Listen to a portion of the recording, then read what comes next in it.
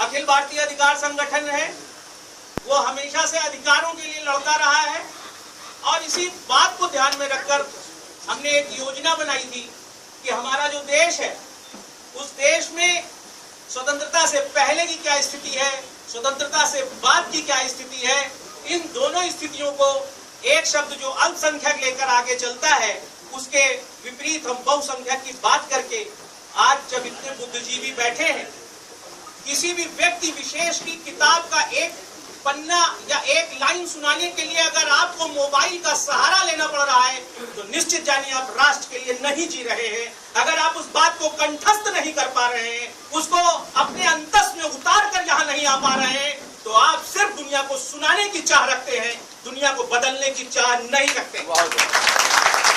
दुनिया को बदलने की चाह रखने वाले दिन भर बुनते हैं, भगत सिंह जेल में बैठकर सुबह का इंतजार करते हैं, भागवत गीता पढ़ते हैं, तब वो फांसी के फंदे को वंदे मातरम कहकर लगाते हैं। वो अनुच्छेद 72 में याचना नहीं करते हैं कि हमको मुक्त कर दिया जाए, हमको जीवन दान दिया जाए, क्योंकि वो जानते हैं कि हम राष्ट्र के लिए जी रहे हैं। तो जब भी आप राष्ट्र की बात करें, राष्ट्रवाद की बात करें, राष्ट्र की भावना को लेकर आगे चलें, तो सबसे पहले ये देखें कि आप याचक की स्थिति में खड़े होना चाहते हैं या देने वाले की स्थिति में खड़े होना चाहते हैं। आप परोपकार का अर्थ समझते हैं या आप उसके विपरीत खड़े होना चाहते हैं। आप परोपकाराय धर्मदम शरीरम की बात कर रहे हैं। जब आपके भाव में ये नहीं आएगा कि हमारा पूरा का पूरा शरीर ही परोपकार के लिए बना है, तो आप बहुसंख्यक की बात न सोच सकेंगे न कर सकेंगे। ये बात मैंने सिर्फ इसलिए कही, यहाँ पे बैठे किसी व्यक्ति का परिचय मुझे नहीं जानना और मैं चाहता हूं आप भी मत जानिए, क्योंकि अगर शब्द ब्रह्म है और शब्द का कोई अर्थ है और शब्द में अनर्थ नहीं छुपा है, तो जब वो शब्द उभरेंगे, आपके बीच आएंगे, तो एक दिन ऐसी स्थिति जरूर आएगी जब आपको उसका नाम जानने की जरूरत नहीं है, क्योंकि उसी के शब्द ब्रह्म बनकर आपके सामने खड़े होंगे। लेकिन आज सबसे छोटी सी बात हमारे राष्ट्र के बीच जो पनप रही है, हम इस पर लड़ने लगे हैं कि औरंगजेब रोड का नाम क्यों हटा दिया गया, हटाया जाए न हटाया जाए। मैं कल्याण से बॉम्बे की तरफ आ रहा था, आज तक मुझे दुख है कि वहां पर शिवसेना को क्यों नहीं ये दिखाई दिया कि सैंडर्स रोड भी मौजूद है, जिसने भगत सिंह के जीवन को छीन लिया था, तो क्यों नहीं वो रोड हटाई गई। लेकिन आज हम इस बात के लिए नहीं इकट्ठा हुए। आज एक महत्वपूर्ण बिंदु है बहुसंख्यकों का अधिकार और भारत में उनका भविष्य। बहुसंख्यक कौन है? जो अल्पसंख्यक नहीं है। अल्पसंख्यक कौन है? इस देश में स्वतंत्रता के समय से मुस्लिम, पारसी, बौद्ध, जैन और ईसाई, इन 5 को अल्पसंख्यक बनाकर प्रस्तुत कर दिया गया। जब आप इस बात की बहस कर रहे हैं तो आपको ये पूछना चाहिए कितनी संख्या पर हम अल्पसंख्यक कहेंगे, क्योंकि पारसी तो खत्म होने जा रहा है। फिर भी राज्य उस पारसी को बचाने का कोई प्रयास क्यों नहीं कर रही है? सच्चर कमेटी को पारसी क्यों नहीं दिखाई दिए? सच्चर कमेटी को सिर्फ वही लोग क्यों दिखाई दिए जिनकी संख्या एक स्तर से ऊपर हो गई है और वो विश्व में दूसरे नंबर से इंडोनेशिया के पीछे खड़े हैं। आने वाले कुछ समय में वो इंडोनेशिया को पछाड़कर विश्व में सबसे अधिक जनसंख्या के हो जाएंगे। मैं बैठा, अभी कुछ दिन पूर्व ये बात उठ रही थी,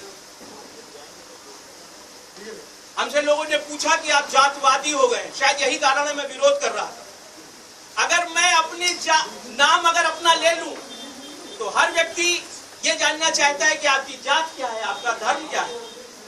ये क्या ये पेट और पीड़ा नहीं है इस राष्ट्र में कि हमें ये डर लगता है कि हम अपना धर्म अपने मुंह से कहें, और अगर हमने कहा तो हम सांप्रदायिक हैं। सांप्रदायिक होना वो मैं भी थोड़ी देर बाद आपसे चर्चा करूंगा। लेकिन जब भारतीय संविधान का प्रस्तावना देखा, मैंने बहुत समय से देख रहा हूं, उसमें एक शब्द आया है वी। ये इसलिए बात कर रहा हूं, आगे से जब बात करिए तो बड़ी गंभीरता के साथ करिए, क्योंकि आपकी भी सांसें बहुत लिमिटेड हैं। एक दिन आपको भी इस दुनिया से पूछ कर जाना है। केवल भीड़ का हिस्सा मत बनिए, किसी को सुनने का हिस्सा मत बनिए। आप देखिए इस राष्ट्र को क्या दे रहे हैं। एक पौधा भी अपनी भूमिका जानता है, जैसे ही मिट्टी पाता है वो धीरे धीरे बढ़ने लगता है, पेड़ बन जाता है। उसे पता है कि मेरा कार्य क्या है, मेरा मुझसे इस दुनिया को आशा क्या है। आप केवल इधर उधर दौड़ के समय गुजार रहे हैं और उसके आधार पर आप ये अपने को चिन्हित करना चाहते हैं कि हम इस राष्ट्र के लिए जी रहे हैं। बिल्कुल गलत सोच रहे हैं। जब वी की बात आती है प्रस्तावना में, we the people of India लिखा डिक्शनरी खोली और ये जानना चाहा कि ये वी का मतलब क्या है, आखिर ये वी किसको हम कह रहे हैं। मैंने देखा उसमें लिखा हुआ है आई एंड अदर आर अदर्स। मैं सही कह रहा हूं? मतलब क्या हुआ, जब भी मैं हम को परिभाषित करूंगा, मैं ये बात आपके सामने रखूंगा, मैं और दूसरा या दूसरे। मैं कौन है? मैं इस देश में भारतीय तो है ही नहीं, क्योंकि मैं वो हिंदू है, मैं वो मुसलमान है, मैं वो पारसी है, मैं वो ईसाई है। तो जब भी मैं को डिफाइन करना होगा, मैं ये बताएगा कि हम बनना चाहते हैं, तो वो अपने धर्म से ही प्रभावित होगा, वो अपने संस्कार से ही प्रभावित होगा, वो अपने परिवार से ही प्रभावित होगा और उसी के आधार पर हम की रचना करेगा। इसलिए जब भी इस देश में अगर बहुसंख्यक ज्यादा रहा है, तो जब भी वो वी का निर्माण करेगा, वो अपने अंदाज में करेगा, लेकिन ऐसा हो नहीं सका। यही कारण है कि जो वी की सार्वगर्भिता है, जो वी की प्रासंगिकता है, वो इस देश में नहीं आई। उसके आगे जो भारत लिखा हुआ है, भारत का मतलब आप क्या समझते हैं? कश्मीर से कन्याकुमारी, मेघालय से गुजरात। लेकिन गुजरात का गुजराती जब वी की परिभाषा देगा, तो उसके आई में गुजराती का भाव होगा। मेघालय का आदमी जब हम की परिभाषा देगा, तो उसके हम में आई आएगा, कश्मीर वाले में आई आएगा। तो आप उसे आतंकवादी कहकर क्यों कह रहे हैं? आपको यह सोचना चाहिए कि हम जिस देश में रह रहे हैं, उसमें वी की परिभाषा में आई की जगह आई फॉर इंडियन तो आप बता रहे हैं, बट आई फॉर इंडियन आ क्यों नहीं पाया? तीसरा जो उन्होंने लिखा, लोग बिल्कुल भारतीय संविधान के अनुरूप जाति, धर्म, लिंग सभी से उठकर, लोग से आप ये नहीं जान सकते हैं कि कौन किस जाति का है, कौन किस धर्म का है। कोई जान सकता है?